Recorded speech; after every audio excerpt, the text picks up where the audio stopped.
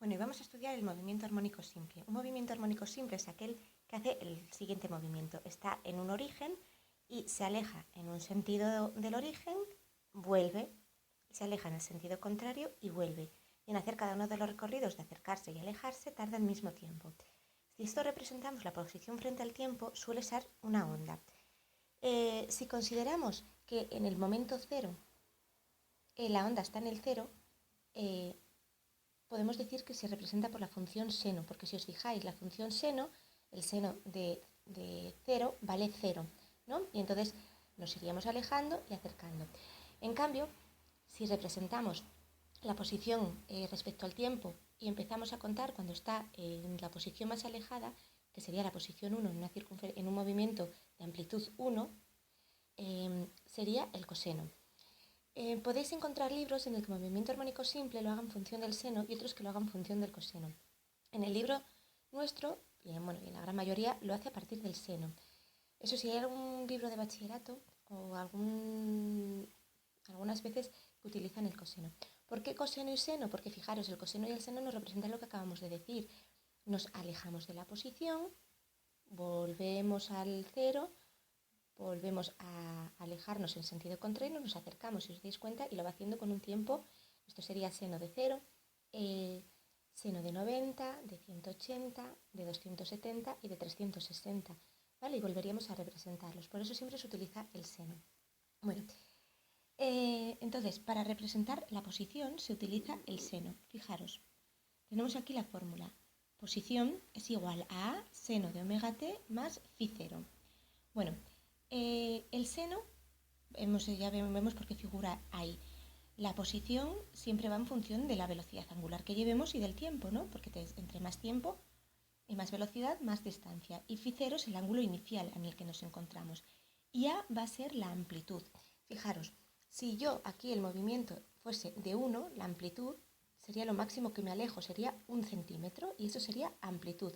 Pero en cambio yo me puedo alejar más, podría alejarme 5 centímetros, entonces la amplitud serían esos 5 centímetros. ¿Vale?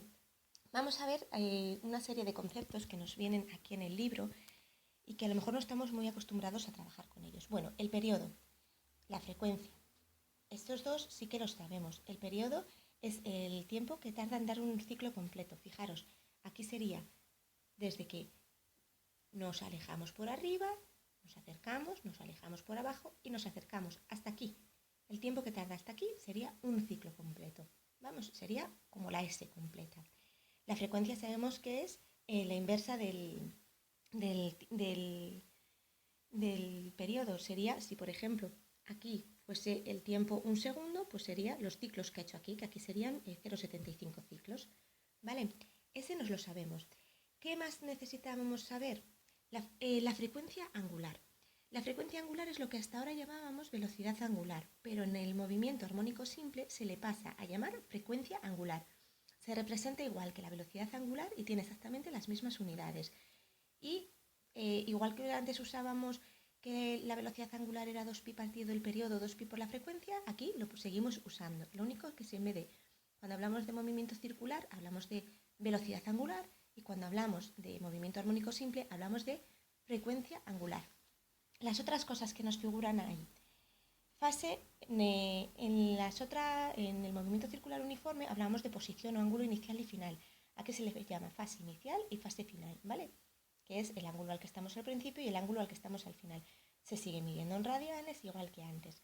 Y la amplitud ya os lo he dicho, la amplitud es para, como aquí va el coseno y el seno solo van en función, solo llegan hasta 1, pues es para la amplitud. Imaginaros que yo tengo algo girando, que respecto al centro se aleja, se acerca, se aleja, se acerca. No es lo mismo que tenga un radio 1 que un radio 10. Es lo máximo. La amplitud aquí sería lo máximo que me puedo alejar. Hasta aquí. Fijaros, es lo máximo que me alejo. Eso sería la amplitud. ¿Vale? Y por último, la elongación, que es la posición en cualquier momento. Esta es la amplitud, porque es lo máximo que me puedo acercar o alejar. Y esta sería la distancia en este momentito, la elongación. En vez de distancia o posición se le llama, en vez de recorrido o distancia se le llama elongación, ¿vale? Pero sigue siendo lo mismo que era antes y se sigue midiendo en metros. Bueno, tenemos la posición en un momento dado. Si queremos la velocidad, tenemos que hacer la derivada. Y sabemos que la derivada del seno es la derivada de lo de dentro. Y como hacemos la derivada del tiempo, es t, porque es omega, ¿vale? Que la ponemos aquí. La a se mantiene fuera porque es una constante. La derivada de lo de dentro, que es omega, ¿vale? Porque de phi no hay derivada, porque de una constante la derivada es 0. Y el coseno de lo que había dentro, ¿vale? Entonces, fijaros, la fórmula es prácticamente igual. Para la posición es a seno de omega t más phi. Para la velocidad es a omega coseno de omega t más phi, ¿vale? Para calcular la velocidad máxima se utiliza esta fórmula. Eso es muy fácil. Simplemente el coseno, ¿cuánto es lo máximo, el máximo valor que le puedo dar al coseno? Pues simplemente el coseno como máximo puede valer 1. Acordaros que el coseno y el seno valen de menos 1 a 1. Y la tangente puede valer de menos infinito a más infinito. Bueno, pues como el coseno puede valer como máximo 1, si sustituimos esto por 1, nos da que la velocidad máxima va a ser a por, o sea, la amplitud por frecuencia angular. Vale, ya tenemos la velocidad. Si queremos hacer la aceleración, ¿qué tengo que volver a hacer? Derivar respecto al tiempo. Fijaros, vuelvo a hacer la derivada de lo de dentro, que es omega. Entonces ahora me queda lo de fuera, como son constantes, se mantienen a por omega y otra vez por omega, ¿vale? Y la derivada del coseno es el menos seno, por eso pongo menos seno de omega. Y aquí también para calcular la aceleración máxima pongo cuando el seno es 0. Esto es en valor absoluto, ¿vale? No tenemos en cuenta el signo. Y vamos a ver que los valores se van a conseguir en los extremos del movimiento, ¿vale? Bueno, estas son las 3 fórmulas que hay del movimiento armónico simple, ¿vale? No hay más. Y como veis, si sabéis derivar, con saber una y derivar son las siguientes. Lo que pasa, vamos a ver ahora otras 2 fórmulas, y es que el movimiento circular se puede representar como un movimiento armónico, como el movimiento armónico simple se puede considerar una proyección del movimiento circular. Fijaros, aquí, si parto aquí del origen, fijaros, yo me voy alejando, me acerco, si lo proyectase, fijaros, si yo tengo mi círculo y voy proyectando, a ver, si estoy aquí, estoy a una distancia 0, ¿no? Si estoy aquí, ya estoy a una distancia un poquito más, cada vez tengo más distancia, ¿no? Que sería la onda de arriba, y al llegar aquí, como voy en lo negativo, sería la onda de abajo. Lo que pasa es que al pasar el tiempo, esta onda la dibujaría aquí abajo, ¿vale? Así dibujo el movimiento armónico simple, se puede considerar una proyección del movimiento circular uniforme. Fijaros, aquí en cada momento, si queremos saber aquí la posición del movimiento circular o del movimiento armónico simple, sé que en la X va a ser igual al radio, ¿no? Porque siempre hay que tener en cuenta el radio, por coseno de omega t. Y si es la Y, sería R por seno de omega t, ¿vale?